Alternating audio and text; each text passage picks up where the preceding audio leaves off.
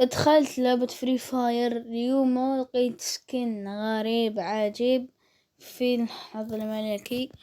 لقيت هذا السكن نص إنسان طبيعي ونص بركان أسطوري بصراحة.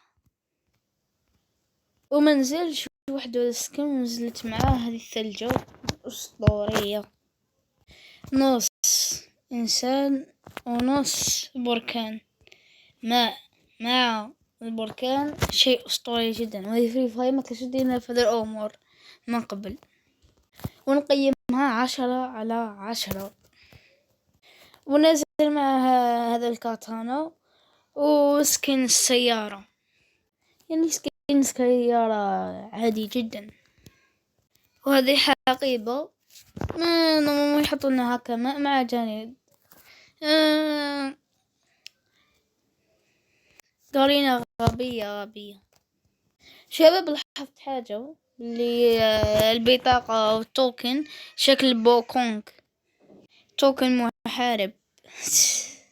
وهم أسعار التوكن اسمه الحقيبة 100، والكاتانا 100، والثلجة 100، والسيارة 55، والشخصية 265. هذا هم الأشياء المهمة، والثلجة هي أهم حاجة قبل السكن.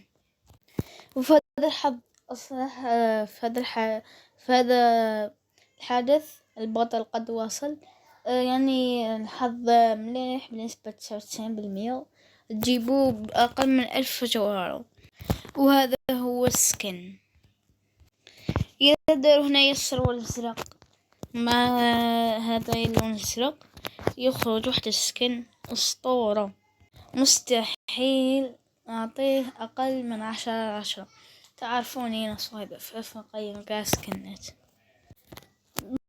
بين تعرفوا بلي هذا السكن خرافي وأسطوري. وهذا هو ملخص الحدث. حطنا لايك واشتراك وراني رحت.